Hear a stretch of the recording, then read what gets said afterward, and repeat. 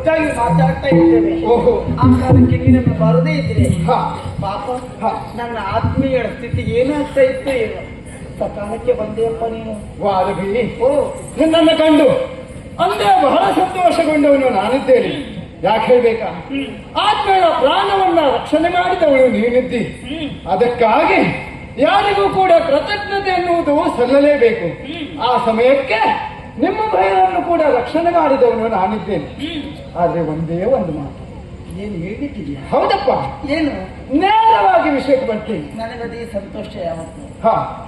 ವಾರವಿ, ಅಂತೆ ನಿನ್ನನ್ನು ಕಂಡು ನಿನ್ನನ್ನ ಬಹಳ ಸಂಗಾತಿಯನ್ನಾಗಿ ವರಿಸಬೇಕೆನ್ನುವಂತ ಆಸೆ. ಅದಕ್ಕಾಗಿ ನನ್ನನ್ನು ಮದುವೆ ಆಗ್ತೇನೆ. ಹಾರ್ದಿಕ, ಒಳ್ಳೆಯ ಮಾತಾಡ್ತೀನಿ. ವಿನೋದ ಅಲ್ವಲ್ಲ ಇದು? ಅಲ್ವೇ? ಸತ್ಯತ ಇದ್ದ ವಿಚಾರವನ್ನು ಹೇಳ್ತೀನಿ. ಈ ಸೃಷ್ಟಿಯಲ್ಲಿ ಹರಿಯುತ್ತಿರುವಂತ ಎಲ್ಲ ನದಿ ಒಟ್ಟಾಗಿ ಸೇರುವುದೆಲ್ಲಿ ಹೇಳು? ಸಾಗರವನ್ನು ತಾನೆ. ಯಾವತ್ತು ಸಾಗರವನ್ನು ನದಿಯನ್ನ ಬನ್ನಿ ಬನ್ನಿ ಅಂತ ಕರೆಯುವುದಿಲ್ಲ. ಇಲ್ವೇ? ನದಿ ತಾನಾಗಿ ಹೋಗಿ ಹರಿದು ಹರಿದು ಹರಿದು ಹರಿದು ಸಾಗರವನ್ನೇ ಸೇರಬೇಕು. ಅದೇ ರೀತಿಯಾಗಿ ಬಳ್ಳಿಗೆ ಯಾವತ್ತು ಮಾಮರವನ್ನು ತಪ್ಪು ಅಂತ ಹೇಳುವುದಿಲ್ಲ. ಬಳ್ಳಿ ಒಂದು ಹಬ್ಬುತ್ತಾ ಹೋಗಿ ಮಾಮರವನ್ನು ತಬ್ಬಿಕೊಳ್ಳಬೇಕು. ಇದು ಪ್ರಕೃತಿ ಸಹಜವಾದ ಧರ್ಮ ಮತ್ತು ನೀತಿ. ಹಾಗೆಯೇ ಈ ಲೋಕದಲ್ಲಿ ಗಂಡಿನ ಆಶ್ರಯದಲ್ಲಿ ಹೆಣ್ಣು ಬೆಳೆದಬೇಕು, ಬಾಳಬೇಕು ತಾನೆ. ನಾನೀಗ ತಂದೆಯ ಆದಿನ ಪಟ್ಟವಲ್ಲ. ನನ್ನ ಅಪ್ಪ ಒಪ್ಪಿದೆ ಅಂತಾದ್ರೆ ನಾನು ಖಂಡಿತ ನೋಡ್ತಿದ್ದೆ ಬಹಳ ಪಥದಲ್ಲಿ ಹೆಜ್ಜೆ ಇಡುವುದಕ್ಕೆ ಸಿದ್ಧಳಾಗಿದ್ದೇನೆ. ಹೆಜ್ಜೆ ನಿನ್ನ ಎಲ್ಲ ಕಾರ್ಯಗಳಿಗೆ ನಾನು ಸಹಕಾರಿಯಾಗಿರುತ್ತೇನೆ. ನಿನ್ನ ಧರ್ಮ ಪತ್ನಿ ಆಗುವುದಕ್ಕೆ ನನ್ನ ಒಪ್ಪಿಗೆ ಉಂಟು, ಆದ್ರೆ ಅಪ್ಪ ಒಪ್ಪಬೇಕು. ಅದೇ ನಿರೀಕ್ಷೆಯಲ್ಲಿ ನಾನು ಇರ್ತೇನೆ. ಹಾಗೆ ತಂದೆಯಲ್ಲಿ ಬಂದು ಹೋಗೋಣ.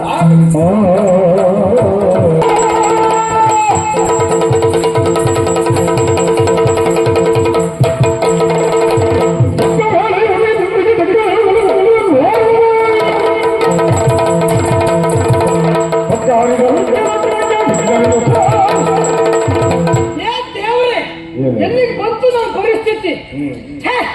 ಏನೋ ಮದುವೆ ಆಗಬೇಕೆನ್ನುವ ಕಾರಣಕ್ಕಾಗಿ ಹೋಗಿ ಕೇಳಿದ್ರೆ ಅಪ್ಪನಲ್ಲಿ ಕೇಳಬೇಕು.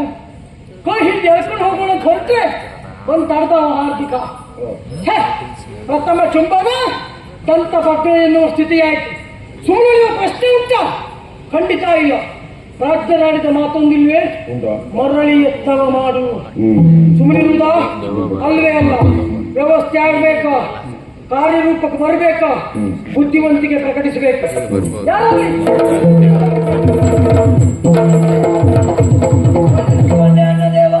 ಒಳ್ಳೆಯದಾಗಲಿ. ನಿನ್ನನ್ನು ಕರ್ತವ್ಯ ಯಾಕೆ ಅಂತ ಗೊತ್ತಾಯ್ತಾ? ವಿಷಯ ಗೊತ್ತಾಗ್ಲಿಲ್ಲ. ಈಗ ನೀನು ಇಷ್ಟದಲ್ಲಿ ಇಲ್ಲಿ ಕಾರ್ಯಕ್ರಮದಲ್ಲಿ. ಹೌದಲ್ಲ? ಹೌದು. ಹಾಗಾಗಿ ಅಗತ್ಯ ಉಂಟು ನಿನ್ನದ್ದು.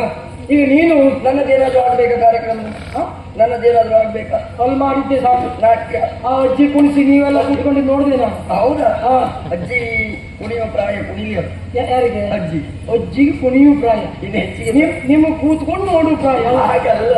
ಅಂದ್ರೆ ನೀವು ಎಷ್ಟು ಕುಣಿತಾರೆ ಅಜ್ಜಿ ಕುಣಿದ್ರೆ?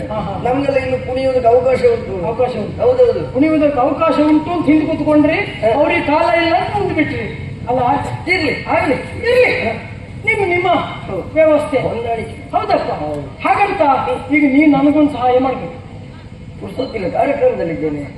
ಕಾರ್ಯಕ್ರಮ ಪುಸ್ತಕಿಲ್ಲ, ಕೂತ್ಕೊಂಡಿರೋದೇ ನಿಮ್ ಕೆಲಸ. ಅಯ್ಯೋ, ಕೂತ್ಕೊಂಡಿದ್ದದಷ್ಟೇ ನೋಡಿದ್ರಿ, ಓಡಿಯಾಡೋದು ನೋಡ್ಲಿಲ್ಲ ನೀವು? ಅಯ್ಯೋ, ನೋಡಿದ್ರಿಂದಲೇ ಕರ್ತದೆ. ಹೌದು. ಹೌದಪ್ಪ. 7 ದಿನ 7 ಕಡೆಯಲ್ಲಿ ಕಾರ್ಯಕ್ರಮ. 7 ಕಡೆಯಲ್ಲಿ ಕಾರ್ಯಕ್ರಮ. ನಮ್ಗೆ ಆಗಲ್ಲ. ನಮ್ಗೆ 14 ದಿವಸಕ್ಕೆ 14 ಕಡೆ ಕಾರ್ಯಕ್ರಮ. ಅದು 7 ಆಯ್ತಲ್ಲ. ಅದೆಂತದ್ದು? ಎಲ್ರಿಗೂ ಹಾಗೆ. ಹೌದಾ? ಒಂದೇ ಕಡೆ ಮಾಡ್ತಾ ಇದ್ರೆ ಇವೆಂತದಂತ ಹೆಸರಲ್ಲಿ ಬಿಟ್ಟು ಹೋಗ್ತಾರೆ. ಬೇರೆ ಬೇರೆ ಕಡೆ ಇರ್ಬೇಕು. ದಿವಸಕ್ಕೆ 2 ಕಾರ್ಯಕ್ರಮ.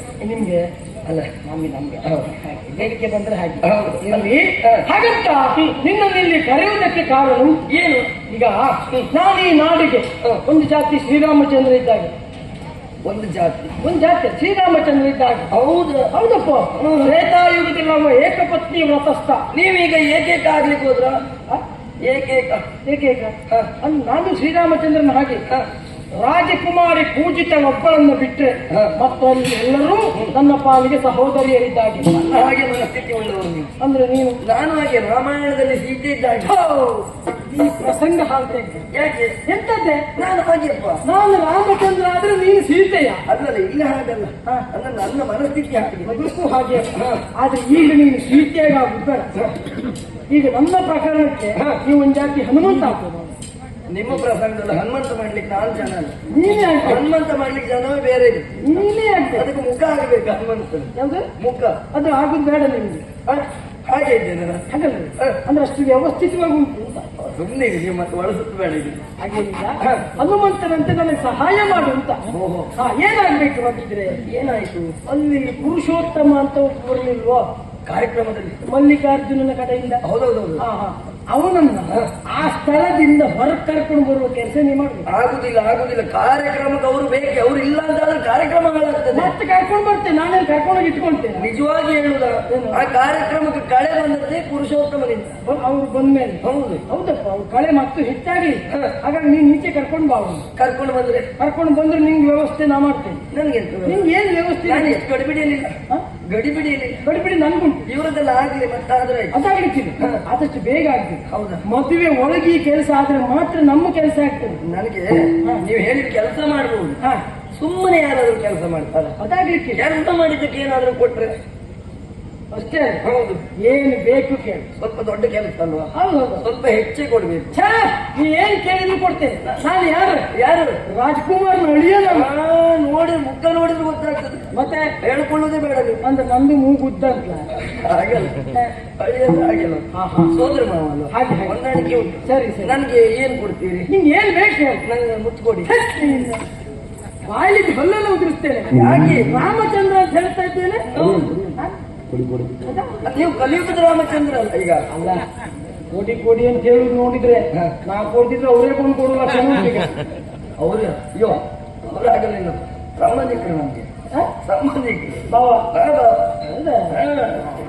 ಹಾಗಿದ್ರೆ ಕೊಡ್ತಿರ್ಬೇಕು. ಅಲ್ಲ, ನೀವು ಮುತ್ಕೊಡಿ ಅಂತ ಹೇಳಿದ ಕೂಡಲೇ ರಾಮಚಂದ್ರ. ನೀವು ಅಷ್ಟೆಲ್ಲ ಹೇಳುದು ಬೇಡ. ನೀವು ಹೇಳುವುದಕ್ಕೆ ತ್ರೇತಾಯುಗದ ರಾಮ ಅಂತ ಹೇಳುದು. ಹೌದು, ನಿಮ್ಮ ಚರಿಯ ಚಟುವಟಿಕೆಗಳನ್ನೆಲ್ಲ ನಾನು ಗಮನಿಸ್ತಾ ಇದ್ದೆ. ಒಂದು ರೀತಿ ಕಲಿಯುಗದ ಕೃಷ್ಣನಾಗಿದ್ದೀರಿ. ಅದು ಕಾಣುವುದಕ್ಕೆ ಹಾಗೆ ಎಲ್ಲರೂ ಹಾಗೆ. ಹೌದಾ? ಎಲ್ಲರೂ ಹಾಗೆ ಇರ್ತಾರ ವ್ಯವಹಾರಿಕವಾಗಿ. ನನ್ನ ಬಗ್ಗೆ ಅನ್ಯತಾ ಭಾವಿಸಬಾರ್ದು. ನಾನು ಮೊದಲೇ ಹೇಳಿದ್ದೇನೆ, ಸೀತೆ ಹಾಗೆ. ಹೌದೌದು, ಮುತ್ತು ಕೊಡಿ ಅಂತ ಹೇಳಿ ಕೊಡಬೇಕು. ಅಲ್ಲ, ಅದೇ ನನಗೂ ಹಾಗೆ ಅನಿಸಿತ್ತು. ಕಾಣುವುದಕ್ಕೆ ನೀನು ಆ ಸೀತೆ ಹಾಗೆ, ಆದ್ರೆ ವ್ಯವಹಾರ ನಿನ್ನ ಚರ್ಯ ಚಟುವಟಿಕೆ ನೋಡಿದ್ರೆ ಒಳ್ಳೆ ಶುರುಕೊನಕ್ಕೆ ಸಂತಂದವ್ರು ಕಂಡಂಗೆ ಕಾಣ್ತಂಗೆ ಇಲ್ಲಲ್ಲ? ಸುಮ್ಮನೆ ಹಾಗಲ್ಲ ನಾನು ಹೇಳಿದ್ದು. ಮುತ್ತಿನ ಹಾರ ಯಾವತ್ತು ನೋಡ್ತಾ ಇರುವುದು ನಿಮ್ಮ ಕೊರಳಲ್ಲಿ ಎಷ್ಟು ಶೋಭಿಸ್ತಾ ಇರುವುದು. ಮುತ್ತಿನ ಹಾರವ? ಹೌದು, ಅದು ಒಂದೇ ನಾಲ್ಕು ಮಾಡಿಸೋದು ಬೇಡ, ನಿಮ್ಮ ಕೊರಳನ್ನೆತ್ತು ಕೊಡ್ಬೇಕು. ಇದೆಯಾ? ಹೌದು. ಯಾಕೆ ಹೌದಾ? ನೀವು ಕೊಡ್ತೀವಿ. ಸಾಕಲ್ಲ, ಇದೊಂದು ಸಾಕಲ್ಲ. ಒಳ್ಳೇದುಂಟು. ಒಳ್ಳೇದುಂಟು ಅಂತ ತಗೊಂಡು ಕರ್ಕೊಂಡು ಬಂದ್ಮೇಲೆ ಮಾತಾಡ್ಲಿಕ್ಕೆ ಉಂಟು ಅವರಲ್ಲಿ. ನನಗೆ ಯಾರಲ್ಲಿ ಅದು ಪುರುಷತ್ ಮಾಡ್ಕೊಂಡು ಮಾತಾಡ್ತೇವೆ. ಹೌದಾ? ಹೋಗಿ ಈಗ ಎಷ್ಟು ಮಾತಾಡಿ. ಹೌದು, ಸಾಕ, ಇದಿಷ್ಟೇ. ಮತ್ತೆಂತ ಬೇಕಾ? ಮತ್ತೆ ಇದೆಲ್ಲ ಬೇಡ, ಬಿಚ್ಚಿಕೊಂಡು ಇದೆಲ್ಲ ಬಿಚ್ಚಿಕೊಡ್ಲಿಕ್ಕೆ ಉಂಟು. ಮತ್ತೆಂತ ಬೇರೆ ಏನಾದ್ರು ವ್ಯವಸ್ಥೆ? ಇದು ನಮಗೆ ಸೌಲಭ್ಯಗಳು ಯಾವ್ದು ಬೇಕು? ನಮ್ಗೆ ಬಂದು ಹೋಗ್ಲಿಕ್ಕೆ ಒಂದು ಉಚಿತ ವ್ಯವಸ್ಥೆ ಮಾಡಿ ಕೊಟ್ರೆ, ಬಂದು ಹೋಗ್ಲಿಕ್ಕೆ ಇಲ್ಲಿ ಉಚಿತ. ನನ್ನದೇ ಉಂಟು ರಥ, ನನ್ನದೇ ಒಂದು ಹಳೆಯ ರಥ ಉಂಟು. ಹಳೆಯದು ನಿಲ್ಸಿಟ್ಟು ಕೆಲವು ವರ್ಷ ಆಯ್ತು, ಅದನ್ನೇ ರಿಪೇರಿ ಮಾಡಿ ಕೊಡ್ತೇವೆ. ಅದು ಓಡ್ತದೆ. ಮತ್ತೆ ಹಿಡಿದು ನಿಲ್ಸಿದ್ರೆ ನಿಲ್ದೆ ಹೋದಿ ಎಲ್ಲಿಯಾದ್ರೂ ಬಿದ್ರೆ ಏನು ತೊಂದರೆ ಆಗಿದೆ ಅಂತ ಹೇಳ್ತಾನೆ, ಸರಿ ಮಾಡಿಸಿ ಕೊಡ್ತೇನೆ. ಹೌದಾ? ಹಾಗಿದ್ರೆ ಒಂದು ಅನ್ನಭಾಗ್ಯ ಆದ್ರೂ ಒಂದು ಕೊಡಿ. ಅನ್ನಭಾಗ್ಯ? ಹೌದು. ಅದೆಲ್ಲ ಸರಿ, ಎಲ್ರಿಗೂ ಬಂದು ಮುಟ್ಟುವುದಿಲ್ಲ, ಅದ್ರ ಬೇಡ. ಆ ರೀತಿ ಯೋಜನೆ ಯಾವುದು ನನ್ನದಿಲ್ಲ. ನೀವು ಶ್ರೀರಾಮಚಂದ್ರ ಇದ್ದವರು ಹಾಗೆಲ್ಲ ಹೇಳಿದ್ದೀರಿ. ಅನ್ನಭಾಗ್ಯ ಮಾತ್ರ ಅಲ್ಲ, ನಮ್ಗೆ ಬೇರೆ ಏನಾದ್ರು ಸೌಲಭ್ಯ ಉಂಟಾ? ಸೌಲಭ್ಯ ಎಂತ? ಗೃಹಲಕ್ಷ್ಮಿ ಉಳಿದವರಿಗಿಲ್ಲ, ನನಗುಂಟಾ? ನಿಮ್ಗಾದ್ರೂ ಕಳಿಸಿಕೊಡ್ತೀವಿ. 2 ಕಡಿಮೆ ಆಗ್ತದೆ. ನಾಲ್ಗೆ ಕೊಡು. ಹೌದಾ? ಹೌದೌದು. ಬರೋ ಇನ್ನು 4 ವರ್ಷ ಕಳೀಲಿ, ನಾವು ಬೇರೆ ಬರ್ತದೆ ನೋಡ್ತೇವೆ. ಇನ್ನುಂಟು ಏನೇನೆಲ್ಲ ನಿರೀಕ್ಷೆ ಖಂಡಿತ. ಹೌದು. ಆದ್ರೆ ಅವನಲ್ಲಿ ಹೆಚ್ಚಿಗೆ ಮಾತಾಡ್ಲಿಕ್ಕೆ ಹೋಗ್ಬೇಡ. ನೀವಿದ್ರಿ ಅಂತ ಹೇಳಿ ಇಷ್ಟು ಮಾತಾಡಿದ್ರೆ ಅವ್ರು ಏನು ಮಾತೇ ಇಲ್ಲ. ಯಾವುದೇ ಕಾರಣ ಇರ್ತಿ ನೀ ಒಂದೇ ಮಾತಾಡ, ಅವ್ನು 100 ಮಾತಾಡ್ತಾ.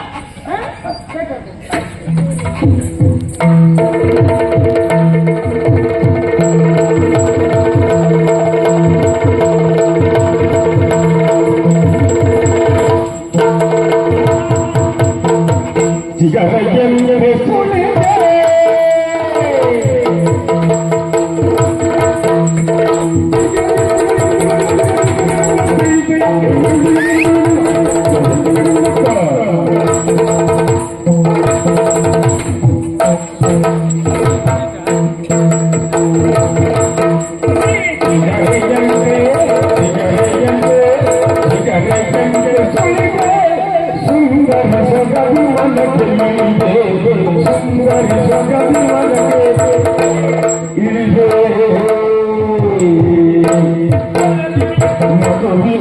you.